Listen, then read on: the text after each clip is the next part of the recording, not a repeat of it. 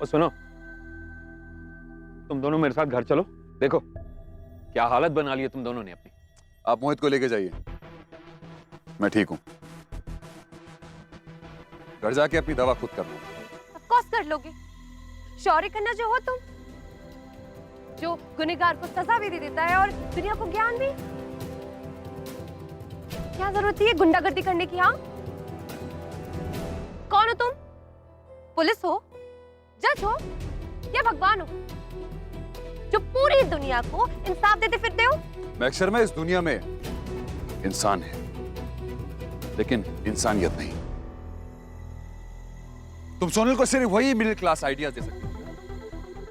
Adjust करो, समझाओ, बात करो, जियो अपनी जिंदगी, एंड ऑल दैट क्रैप।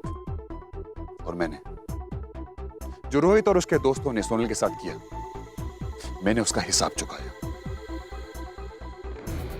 इस दुनिया में ना इंसाफ मिलता नहीं है, छीनना पड़ता है।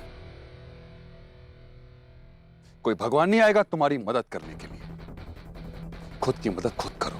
वाह जज साहब वाह। हम ऐसा क्यों नहीं करते कि कोर्ट लगाकर लोगों के केस सुनो और सबको इंसाफ देते? अरे तुम्हारे इस 5 ग्राम के दिमाग में कब बैठेगी कि हमारे दुनिया में इस देश के हिसाब से कानून चलते हैं, तुम्हारे हिसाब से नहीं। और तुम्हें सोनल को सिर्फ जाने हुए 2 महीने हुए हैं, पर मेरी वो बचपन की सहेली है शौर्य। मैं उसे बचपन से जानती हूँ। क्या कहा था तुमने कि मैं उसे एडजस्ट करने बोलूंगी? अरे मैं उसे सही रास्ते से इस मुसीबत से बाहर निकालती, लेकिन तुम्हें क्या? तुम्हें अपने ईगो, अपने गुस्से के आगे कभी कुछ सोचता ही नहीं है। जो मन में आया कर दिया, और उसके बाद क्या? उसके बाद अपने पैसे की आड़ में जाके छुप जाओगे। और आज तुम्हें याद नहीं आया तुम्हारे वो कनेक्शंस जिसको इस्तेमाल करके तुम मेरे घर पुलिस लाया करते थे? करते कॉल पुलिस कमिश्नर को और अरेस्ट करवाते रोहित को।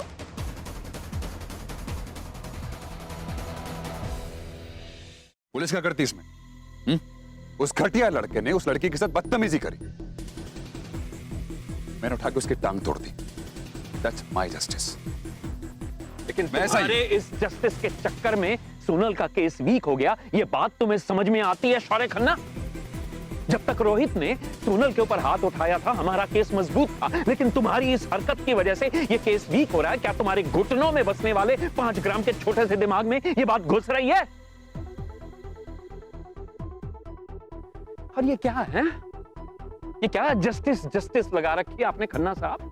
क्या मैं पूछ सकता हूं खन्ना साहब, क्या खुद आपके केस में जस्टिस कौन करेगा?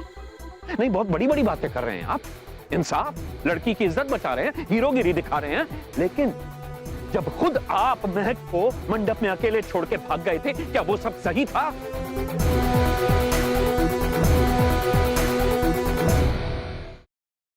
आपके परिवार से बातचीत है आपकी? नहीं करते। कोशिश की मैंने बात करने की, बात नहीं करते। अच्छा, लेकिन आपके ससुराल में आपको बहुत पहले से हाँ। पूरा सपोर्ट है? वो बहुत सपोर्ट करते हैं।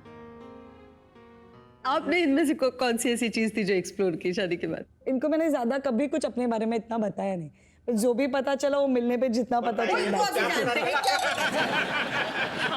क्या पता चला शादी के बाद? बहुत सारी बातें पता चली।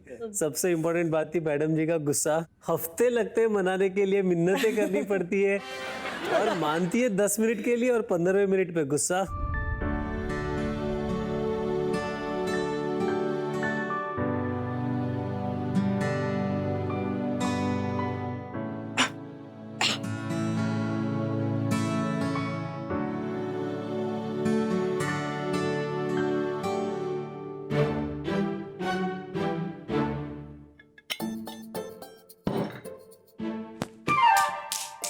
क्या हेट्स, डिस्टर्ब मत कर यार। डिस्टर्ब मत कर?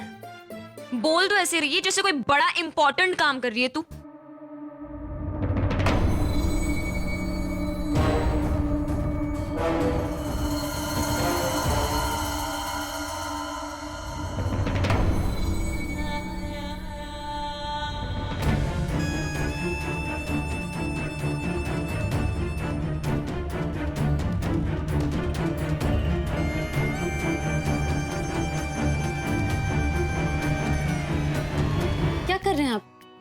तुम्हारी चोट देख रहा अरे उसकी कोई जरूरत नहीं है। हूँ। अरे मुझे देखनी है ड्रेसिंग ठीक से है कि नहीं।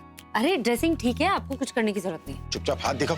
अरे सब ठीक है, आप छोड़िए ना, मैं देख लूंगी, मैं ड्रेसिंग नहीं कर दूंगी। चुप रहो ना, तुम्हारी मुंह पर ड्रेसिंग करूंगा मैं। क्या? और नहीं तो क्या। अरे लेकिन इतनी चोट ही नहीं लगी है जितने आप परेशान हो रहे हैं। अरे चोट नहीं लगी, तुम चुप नहीं हुई, या तुम्हारा नाक तोड़ देंगे आप मेरा। तुम्हारी नाक पर बटन दबा दूंगा मैं, उसके बाद बोल नहीं पाओगी कुछ भी। लेकिन मैं बता रही हूँ ना, ठीक है, अभी ड्रेसिंग करने की जरूरत नहीं। अभी